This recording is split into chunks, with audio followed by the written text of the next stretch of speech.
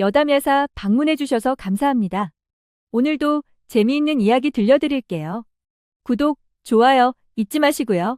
그럼 오늘도 즐거운 시간 되시고 행복한 하루 보내세요. 강릉, 그 바깥 고을에는 이름난 목수 하나가 살고 있었습니다. 그의 이름은 무군이라 했지요. 무군이의 손은 크고 무디게 생겼지만 나무 다듬는 솜씨만큼은 얼마나 섬세한지 그의 손을 거쳐간 나무는 아름다운 가구가 되거나 정교한 장식품으로 거듭나고는 했습니다. 무군은 매우 정직하고 마음도 고운 사람이었습니다. 나무에도 숨결이 있다. 라며 한 조각의 나무라도 허투루 다루지 않았답니다. 신분은 낮았지만 그의 마음씨와 나무 다루는 솜씨를 본 사람들은 마음속에 저절로 존경심이 우러나오는 것이었습니다. 어느 겨울, 무군이는 목재감을 찾기 위해 산길을 오르고 있었습니다. 산으로 올라갈수록 눈이 발목까지 쌓여 있었고, 이쪽은 산세계가 험해 사람들이 잘 다니지 않았지만 좋은 목재를 구하기 위해서 그런 힘듦을 마다할 무군이가 아니었지요. 한 손에는 도끼를 들고 어깨에는 어머니께 드릴 약초를 캐서 담을 망태기를 메고 있었어요. 무군의 어머니는 오랜 세월 기침에 시달리고 있었고 이번 겨울에 특히 어머니의 기침이 심해지셨기에 그는 늘 어머니의 건강이 걱정이었습니다. 무군이는 천천히 걸음을 옮기면서 눈으로 산을 훑으며 좋은 나무를 찾았습니다. 마침 좋은 재료가 될 만한 나무 한 그루를 찾아내어 좀 더 자세히 보려고 다가가던 중 발이 걸려 하마터면 넘어질 뻔했지요. 눈 덮인 나무 뿌리인가 하고 돌아보니 그것은 다름 아닌 바로 사람의 다리가 아니겠어요? 이런 산 중에 누가? 무군이는 깜짝 놀라 눈을 파헤치기 시작했어요. 다행히 깊이 파묻히지는 않아 손으로 눈을 걷어내니 거기에는 초라한 옷차림의 여인이 쓰러져 있었지요. 급히 코에 손을 대보니 다행히 숨을 쉬고 있었습니다. 이보시오, 이보시오. 정신 차리시오. 무군은 여인의 어깨를 흔들어 깨웠지만 정신을 잃고 쓰러진 여인은 전혀 깨어날 기미가 보이지 않았습니다. 핏기 없는 얼굴에 헝클어진 머리, 남루한 옷이었지만 이마가 곱고 눈썹은 선한 반달 모양이었으며 감은 두 눈은 검은 속눈썹이 길게 덮고 있어 한눈에 미인임을 알아볼 수 있었지요. 가냘픈 몸에 털옷도 입지 않고서 이런 추위에 산길에 쓰러져 있는데도 숨이 제대로 붙어 있는 것이 하늘이 돕지 않고서는 안 될 일이었습니다. 아니, 이게 무슨 일입니까? 눈을 좀 떠보시오. 무군이는 더욱 다급하게 소리쳤습니다. 하지만 여인은 아무 대답도 하지 못한 채 그대로 쓰러져 있기만 할 뿐이었지요. 잠시 고민하던 무군이는 이내 결심한 듯 여인을 조심스럽게 업었습니다. 여인의 몸은 차갑게 식어 있었지만 산길을 조심히 그리고 서둘러 내려오는 무군이의 몸에 열이 올라 여인에게 조금씩 전해졌습니다.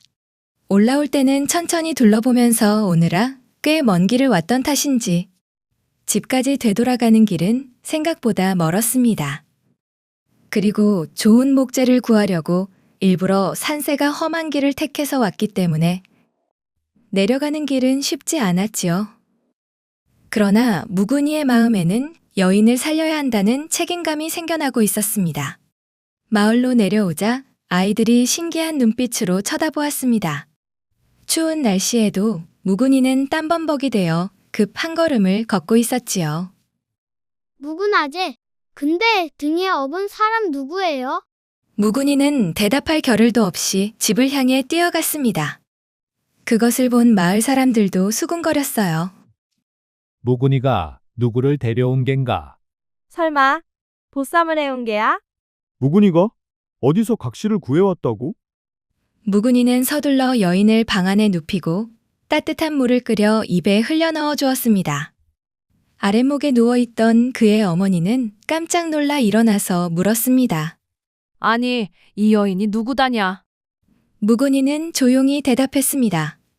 모릅니다.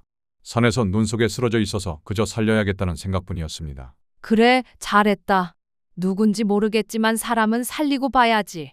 이리 아랫목에 옮겨다 눕히거라. 어머니는 무군이 밖에 나가 아궁이에 장작을 더 넣어 방을 따뜻하게 데우는 동안 여인의 얼굴을 닦아주고 젖은 옷을 갈아입혀 주었습니다. 그날 밤 창문 틈으로 비친 달빛이 여인의 얼굴을 비추자 행색에 어울리지 않게 티 하나 없이 고운 피부에는 귀티가 흐르고 방 안에 귀한 기운이 퍼지는 듯 했지요. 어느 집 여인인지 무슨 사연인지 모르겠지만 참으로 곱구나. 무군이는 그 얼굴을 보고 있다가 나이가 30이 넘도록 장가도 못 가고 어머니와 단둘이 살고 있는 자신의 처지가 떠오르면서 묘한 기분이 들었지만 여인이 깨어나면 곧 집으로 돌려보내기로 결심을 했습니다. 밤새도록 바람이 집을 휘몰아쳤지만 무군인의 초가 안에서는 이상하게도 따뜻한 기운이 감돌았습니다. 방 안에 누워있던 여인의 얼굴에는 어느새 혈색이 돌기 시작했지요. 이튿날 새벽, 무군이의 어머니가 방 안을 들여다보며 중얼거렸습니다. 어서 깨어나야 할 터인데 딱하기도 하지. 아침이 밝아 무군이는 미음을 가지고 가서 여인의 입에 한 숟갈 흘려 넣었습니다. 그러자 여인은 천천히 눈을 떴습니다. 그 눈빛은 마치 깊은 샘물처럼 맑고 또렷했지요. 여기가 어디입니까? 그녀의 목소리는 조용했지만 단정하고 기품이 느껴졌습니다. 무군이가 반갑게 대답했습니다. 이제 정신이 좀 드십니까? 산에서 쓰러져 있길래 모셔왔습니다.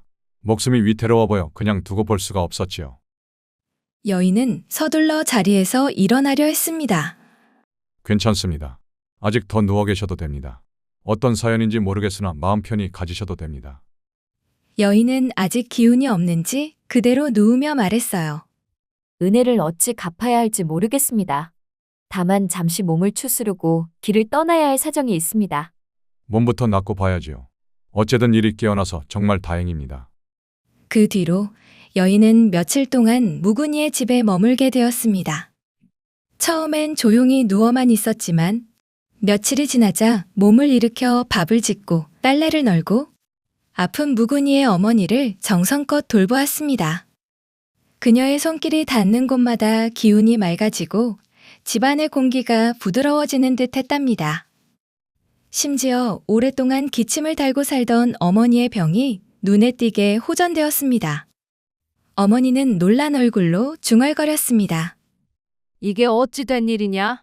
몇 년 동안 낫지를 않아 나도 저놈도 걱정이었는데 말이다.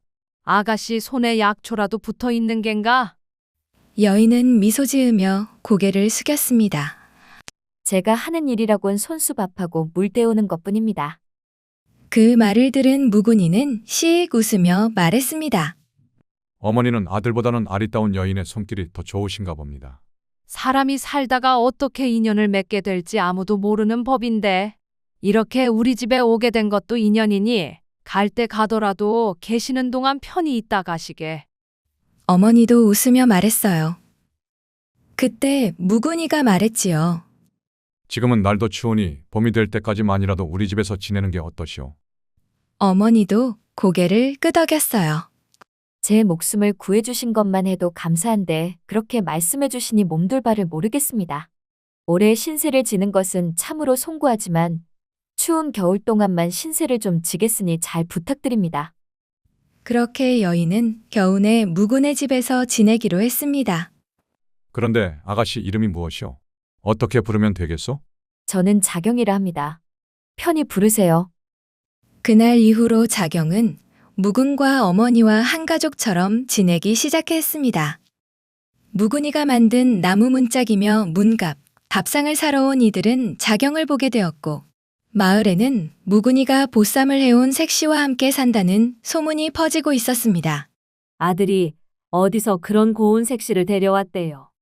얼굴도 참한 그 색시는 며느리감 맞지요? 동네 사람들은 어머니에게 농담처럼 이런저런 말도 했지요. 어머니는 아니라고 하면서도 자경이가 얼굴도 곱고 몸가짐과 성품도 바른 것을 보고 은근히 아들 무군이의 색식감으로 생각하게 되었지요. 시간은 흘러 이윽고 봄이 찾아왔습니다. 봄나물이 돋아서 맛있게 무쳤어요. 이것 좀 드셔보세요. 자경은 식사를 정성껏 준비했습니다. 약초에 대한 지식이 있던 자경은 어머니의 병환을 낫게 하는 약초를 찾아다가 다려드렸어요. 이거 한번 드셔보세요. 기침이 멎을 거예요. 이거 참 고맙구려. 점점 잦아들던 어머니의 기침은 자경이 다려준 약을 먹고 이제 씻은 듯이 나았습니다. 그뿐 아니라 자경이가 들어오고 나서 집안 분위기가 훨씬 밝아졌지요. 밥하고 반찬 만들고 집안 청소 같은 일들을 자경이가 많이 도왔기 때문에 어머니가 한결 편해졌어요. 그리고 싹싹하게 웃으며 이야기 동무도 해드렸기에 어머니의 표정도 밝아졌고 무근이도 자경이를 보면 활기가 생겨서 더욱 열심히 일했지요. 봄이 되면서 집을 고치고 살림살이를 마련하는 사람들 덕에 손님도 늘었습니다. 무근이는 자경에게 어느 날 문득 말했습니다. 자경아 씨는 우리 집에 복을 가지고 온 게 틀림없습니다. 어머니가 건강해지시고 덕분에 일도 더욱 번창하고 있으니. 자경은 수줍게 웃었습니다. 복이라니요. 전 그저 한겨울 산에 쓰러져 있는 저를 살려주시고 겨울 동안 신세지게 해주셔서 조금이라도 보답하고 싶은 마음뿐인데요. 무근이는 고개를 저었습니다. 아닙니다. 하늘이 제게 주신 선물이 분명하오. 봄이 완연해지고 마을엔 들꽃이 피었습니다. 날이 풀리고 봄바람이 불어오자 무근이는 왠지 모르게 일하면서도 자경아 씨 생각이 자꾸 나고 자기도 모르게 가슴이 설레었지요. 그러나 날이 따뜻해지면 자경아 씨는 이제 떠나야 한다는 것을 알기에 가슴 한켠이 텅 빈 것 같은 기분이 동시에 느껴졌어요. 그리고 무근이는 그동안 이상스러웠던 것들에 대해 궁금증이 생겼습니다. 자경아 씨는 어찌 저리 단정한 말투와 품격이 배어 있을까? 손놀림, 걸음걸이, 밥상 차림 하나에도 여느 여인과는 다른 기품이 스며 있으니 말이야. 어느 날 저녁, 무근이는 조심스레 물었습니다. 자경아 씨, 전에 말씀하신 길을 떠나야 할 사정이란 게 무언가 깊은 사연이 있는 듯한데 저를 믿는다면 그 사정을 말해 주실 수 있겠습니까? 자경은 잠시 말없이 창밖을 바라보았습니다.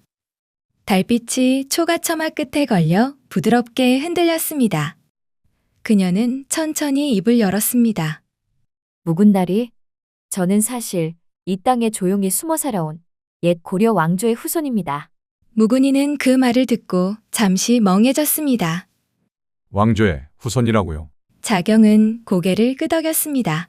제 조부는 고려의 적통 혈맥을 이은 분이었지요. 조선이 들어선 뒤에도 이름을 숨기고 평범하게 살아오셨습니다. 우리 가문은 세상과 엮이지 않으려 했지만 세상은 가만두지 않았습니다. 그녀의 목소리에는 슬픔과 단념이 섞여 있었습니다. 저를 탐한 자가 있었습니다. 산 너머 고을의 양반 박진사라는 자입니다. 그 자는 무례하게도 처음에는 수청을 들라 하다가 제가 무시하자 이번에는 세 번째 첩으로 들이려 했습니다. 그것도 제가 거절하자 마음이 뒤틀려 저를 모함했습니다. 왕족의 핏줄이 반란을 꾀한다는 헛소문을 퍼뜨린 것이지요. 무근이의 눈빛이 단단히 굳었습니다. 그 박진사란 놈, 이름만 들어도 손이 부들부들 떨리는군요. 자경은 고개를 숙였습니다. 관에서 저희 일족을 체포하라는 명령이 내려졌다는 말을 듣고 가족들은 뿔뿔이 흩어졌습니다. 저는 며칠을 굶고 눈보라 속을 헤매다 결국 산속에서 쓰러졌지요. 그때 묵은 나리가 저를 발견하신 겁니다. 방 안은 잠시 고요했습니다. 밖에서는 개 짖는 소리도 바람 소리도 들리지 않았습니다. 무근이는 크게 놀란 듯 심각하게 고민하는 표정으로 한참 동안 말이 없더니 천천히 고개를 들고 자경의 눈을 똑바로 바라보며 말했습니다. 그럼 하늘이 당신을 내게 보낸 것이 틀림없습니다. 자경아 씨, 밖으로 나가 어디 갈지도 모르고 도망을 다니다가 관군에게 쫓기지 말고 지금 있는 이 집에서 나와 혼인하여 부부의 연을 맺고 사는 것은 어떻소? 왕족의 후예라 하여 고귀한 신분의 여인인 것을 알고 내 잠시 망설였지만 이런 마음을 품은 지 오래되어 이 말을 꼭 전하고 싶었소. 자경은 놀란 듯 눈을 크게 떴습니다. 저 같은 사람을 받아들이시겠습니까? 왕족의 피라 하여 더 귀하지도 않고 도망자라 하여 더 천하지도 않습니다. 그저 불운한 운명을 지닌 여인일 뿐인데요. 무근이는 미소를 지었습니다. 전 평생을 나무와 함께 살았습니다. 나무는 뿌리가 아무리 다쳐도 새순을 틔우면 다시 자랍니다. 그대의 삶도 그러할 겁니다. 이곳에서 새로운 뿌리를 내리고 나와 함께 삽시다. 내가 호의호식을 약속하지는 못하지만 안전하게 지켜드리겠소. 자경의 눈가에 눈물이 맺혔습니다. 그녀는 손등으로 눈가를 닦으며 속삭였습니다. 묵은 날이 사람이 어찌 그러하십니까? 어찌 이리 저희 마음을 흔들어 놓으십니까? 무근이는 잠시 생각에 잠기더니 다시 한번 자경의 깊은 두 눈을 바라보며 말을 이었습니다. 제게 가족이라곤 병든 어머니 한 분뿐입니다. 나이는 차고 장가갈 때도 지났지요. 하지만 이제야 하늘이 제 짝을 내려주신 듯합니다. 자경아 씨, 저와 혼인해 주시겠습니까? 그 말에 자경은 숨을 고르며 고개를 숙였습니다. 저 같은 사람을 아내로 맞는다면 날이 깨서 어려움을 겪으실 수도 있습니다. 무근이는 단호하게 답했습니다. 고난은 함께 나누면 절반이 되고 복은 함께 누리면 2배가 된다 하지요. 그대가 제 곁에 있어 준다면 저는 그걸로 충분합니다. 그 순간 바람이 문살을 스쳤고 방 안의 등불이 살짝 흔들렸습니다. 그 빛이 두 사람의 얼굴을 비추자 마치 오래전부터 함께한 인연처럼 따뜻한 공기가 맴돌았습니다. 자경은 조용히 고개를 끄덕였습니다. 그렇다면 저도 하늘의 뜻을 거스르지 않겠습니다. 그날 밤 초가의 마당에는 복숭아 꽃잎이 바람에 흩날렸고 달빛은 두 사람의 그림자를 길게 이어주었습니다. 그리하여 그들은 서로의 삶을 지켜주기로 약속하였지요. 그렇게 무근이와 자경의 인연은 하늘이 맺어주고 두 사람이 받아들인 운명으로 선한 마음이 맺어준 복된 인연으로 맺어졌습니다. 시간은 흘러 어느덧 여름이 되어 들녘에는 푸른 보리가 일렁였습니다. 그 무렵 조정에서 팔도에 걸쳐 명이 내려왔습니다. 옛 고려 왕실의 혈통을 조사하여 남아있는 자손의 명예를 복권하라.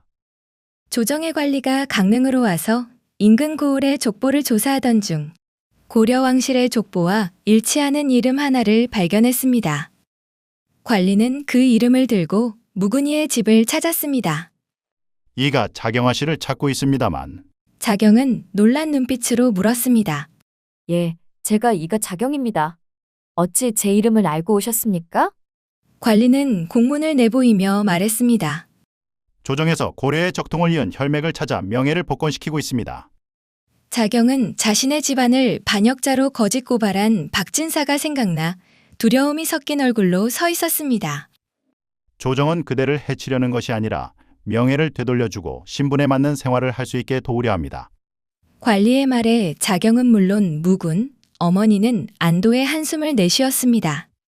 그리하여 조정은 자경의 신분을 정식으로 인정하고 복권시켰으며 그녀와 무군이에게 집과 땅을 하사했습니다. 그리고 옛 왕족의 명예를 되살리는 의미로 큰 잔치가 열리게 되었지요. 그날 강릉의 관아 앞들은 인산인해였습니다. 고을의 모든 양반들이 제일 좋은 옷을 꺼내 입고 참석했지요. 무군이는 자경의 손을 잡고 조심스레 입장했습니다. 그녀의 모습은 봄 햇살처럼 단아했고 그 품격은 한눈에 보기에도 남달랐습니다. 그곳에서 자경은 박진사의 거짓 고발로 인해 흩어져 도망간 이후 만나지 못했던 남동생도 만나게 되었습니다.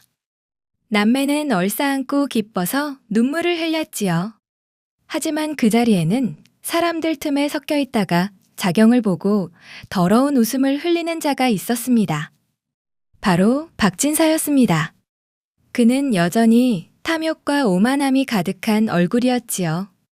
박진사는 술기운에 얼굴이 벌개져 있었습니다. 그는 자경을 보자마자 벌떡 일어나 손가락질을 했습니다. 저 여자가 어찌 옛 왕족이라 하는가? 내가 분명히 봤다. 도망자였고 반역의 뜻을 품은 여자였소. 잔치장은 순식간에 정적에 휩싸였습니다. 모두의 시선이 자경에게 쏠렸지요. 그러나 자경은 눈 하나 깜짝하지 않았습니다. 그녀는 단정히 일어서서 고운 음성으로 말했습니다. 박진사, 그대의 입에서 또다시 거짓이 흘러나오는군요. 이 자리에서 진실을 밝히지요. 거짓으로 꾸며낸 고발문에 조용히 살고 있는 우리 가족의 이름을 낱낱이 적어넣어 반역을 꾀한 자들이라고 하지 않았소. 사람들이 웅성거렸습니다. 조정에서 나온 관리가 물었습니다. 박진사, 그대가 거짓으로 왕족의 후손을 모함하였소. 박진사의 얼굴은 순식간에 창백해졌습니다. 아니요. 잠깐만, 그건 오해요. 그저 장난이었소. 그러나 군중은 이미 수군대기 시작했습니다. 내가 왜 그런 짓을 하겠소? 도대체 누구 말을 믿는 거요? 반역자의 말이요? 내 말이요? 그때 자경의 남동생이 나서서 큰 소리로 외쳤습니다. 누이를 탐하는 마음을 품었던 저자가 2번이나 거절당하더니 우리 가족을 모함한 겁니다. 그 말을 들은 사람들은 더욱 크게 웅성거리더니 박진사를 조롱하는 말들이 튀어나왔어요. 여인을 취하지 못해 거짓으로 고발했단 말이냐? 저런 놈은 양반의 수치다. 박진사는 주변의 시선을 견디지 못하고 바닥에 털썩 주저앉았습니다. 무군이가 천천히 앞으로 걸어 나와 그를 바라보며 말했습니다. 사람이 욕심을 품으면 눈이 멀고 눈이 멀면 결국 제 발로 낭떠러지로 가는 법이요. 그 말에 박진사는 아무 말도 하지 못한 채 고개를 숙인 채 어딘가를 노려볼 뿐이었습니다. 결국 조정의 명으로 박진사는 벼슬을 박탈당하고 살던 고을에서 추방되었습니다. 그는 혼자 어느 산속에 들어가 지내다가 외롭고 여자가 그리워 산에서 내려왔으나 길거리를 떠돌며 점잖지 못한 행동을 하다가 미친 사람 취급을 받으며 살았다고 합니다. 자경과 무군이는 그날 만난 자경의 남동생과 흩어졌던 일가 친척을 다시 모아 모두 함께 살기 시작했습니다.